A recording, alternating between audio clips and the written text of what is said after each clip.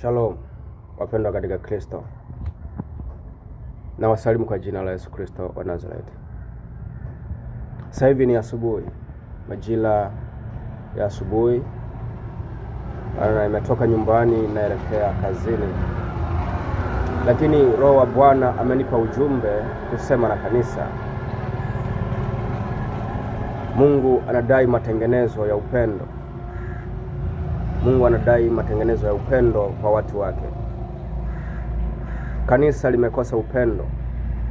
Mungu aliagiza kuwa watakatifu wote wapendane hapa duniani.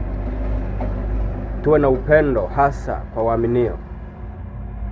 Lakini upendo unaonekana kwa watu wa Mungu wanaojiita watakatifu sio upendo ule ambao Mungu anauhitaji. Wana wa dunia hii wana upendo na ushirikiano zaidi ya watu wa Mungu wa sasa. Wana ushirikiano katika mambo wanayoyafanya hata kama yanaonekana ni ya upuuzi. Lakini wana ushirikiano katika hayo mambo, wanasapotiana. Si katika pesa tu, bali hata kwa connection wanasapotiana. Lakini wana wa Mungu ambao ni wanafunzi wa Yesu Kristo hawana ushirikiano wala kusapotiana kwa namna yoyote.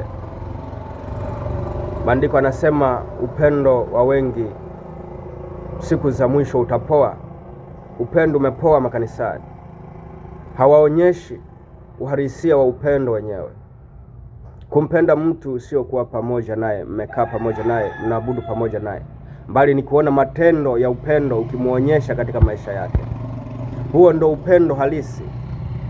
Maana upendo halisi hauonekani kwa kuongea, bali kwa kufanya, bali kwa kutenda. Bwana asifiwe sana. Nafikiri mnasoma Biblia mnajua. Mungu hapendezwi na upendo ambao kanisa lilonao, kwa sababu hawana ushirikiano na chochote. Hawasapotiani kwa eneo yoyote. Wametengeneza timu, wametengeneza magrupu ambao wanasapotiana wao kwa wao. Hawana haja ya kumsapoti mtu mwingine ambaye ni wa Kristo, ambaye ana uhakika anatumika katika ufalme wa Mungu. Lakini watasapotiana tu pale ambapo kikundi chake au watu wenzake wanapohitaji msaada wa kusapotiana, au kusema hata amina kwenye comment, kutiana moyo, jipeni moyo. Duniani mnayo ziki, lakini hakuna mtu atakayekupa moyo, kwa sababu upendo wa wengi umepoa. Bwana asifiwe sana. Mungu hapendezwi na upendo ambao kanisa linaonyesha, kwa sababu unaonekana ni unafiki mbele za Bwana. Watu wengi wanapenda kusapoti watu ambao tayari wana nguvu. Wanaenda upande kwa watu ambao wana nguvu, kwa sababu mtu anayekimbilia kwenda upande ambao watu wana nguvu, huyo mtu hajiwezi na ni muoga. Bwana asifiwe sana. Yeye atasapoti tu yule mtu mwenye nguvu. Ukipata mafanikio au ukifikia level fulani, hapo ndipo utaona watu wameanza kukusapoti, kwa sababu wanapenda kukaa upande wenye nguvu, kwa sababu wana asili ya udhaifu na uoga. Hiyo ndo sura ya Mkristo wa leo. Wana asili ya uoga. Bwana asifiwe sana.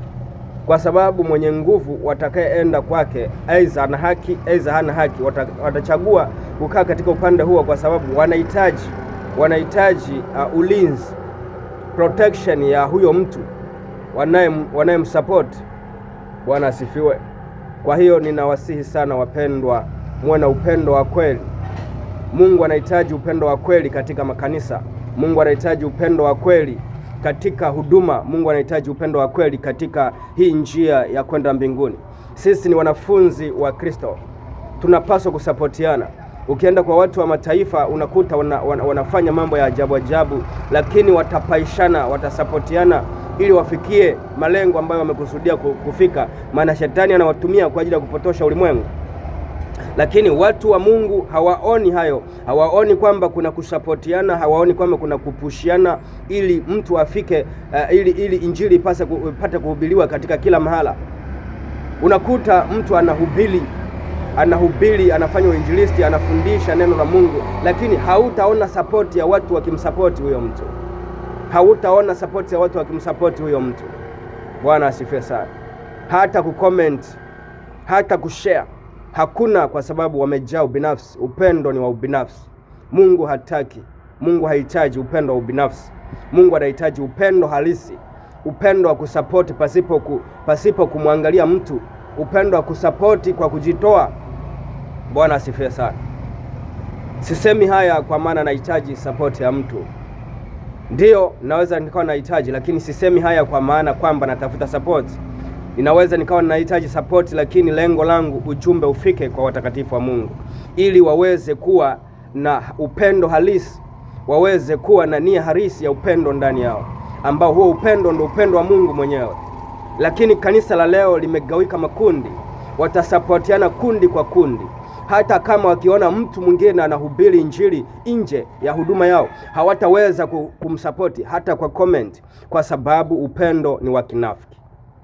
Upendo ni wa kinafiki. Wanafunzi walipokuwa na Yesu Kristo walimuona mtu ambaye anafanya kazi kwa jina la Yesu Kristo, wakaenda kumzuia. Lakini walipokuja kumweleza Bwana wetu Yesu Kristo, akawaambia mwacheni, huyo ni mwenzenu. Bwana asifiwe sana. Na hiyo mentality ya kufukuza watu au ya kukataza watu wengine, kujiona watu wengine ni bora zaidi au wao ndio wanastahili kufanya huduma, hata hiyo mpaka sasa hivi ipo kwa makanisa, ipo kwa watu wa Mungu. Lakini huu ni unafiki. Bwana asifiwe. Huu ni unafiki. Kama mtu anafanya kazi ya Mungu na unahakikisha anatembea katika mapenzi ya Mungu, basi huyo ni mwenzako, kwa sababu naye amefanyika kuwa mtendakazi katika shamba la Bwana. Bwana asifiwe sana. Ninawasihi sana wapendwa, upendo wa wengi umepoa.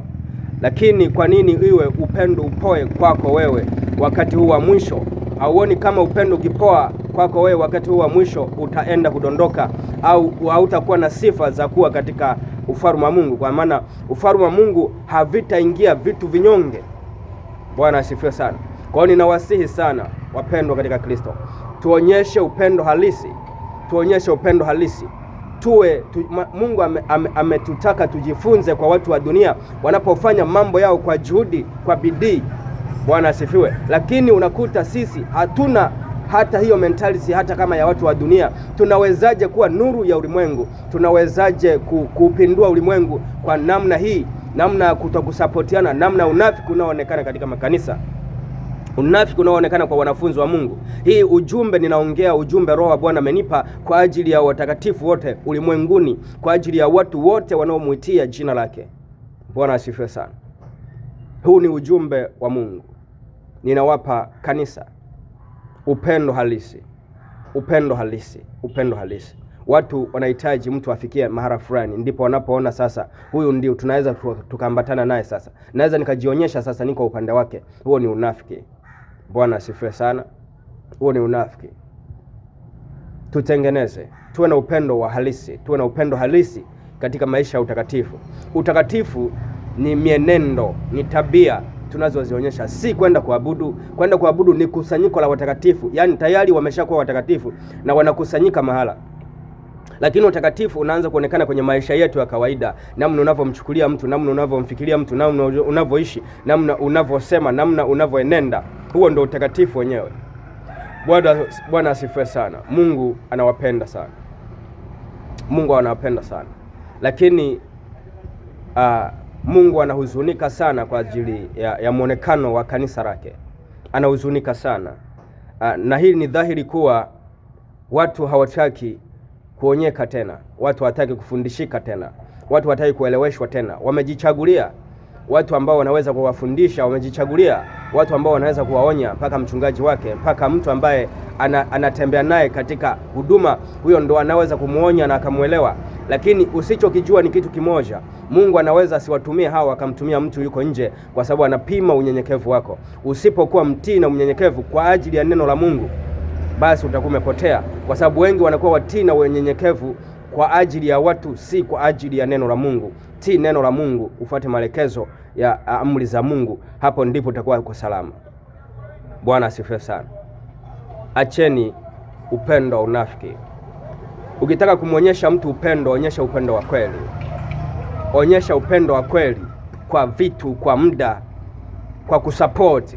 Hata unapoposti tu, Kwenye mitandao ya kijamii, mtu anapofanya mfano huduma kwenye mitandao ya kijamii, ni mwimbaji ametoa wimbo, hata kuposti wimbo wake umemsapoti, kwa sababu hiyo kazi ya Mungu unaisababisha ifike mbali zaidi. Bwana asifiwe. Lakini hakuna hilo kwa watu wa Mungu. Hakuna connection, hakuna support, hakuna chochote watakacho kuonyesha. Lakini watakachokisubiria kwako ni anguko. Watasubiria anguko lako, kwamba atadondoka lini, ngoja tuone ataenda mpaka wapi, kwa sababu wamejaa unafiki. Ukifanya kazi kwa kujituma, wanasema unajivuna, wanasema unajionyesha, unataka madaraka, unataka nafasi. Ukilegea wanakuona tena haufai. Haona kitu chema, kwa sababu wanatazama kwa namna ya uovu, hawatazami kwa namna ya upendo, hawatazami kwa namna iliyo nzuri. Bwana asifiwe sana.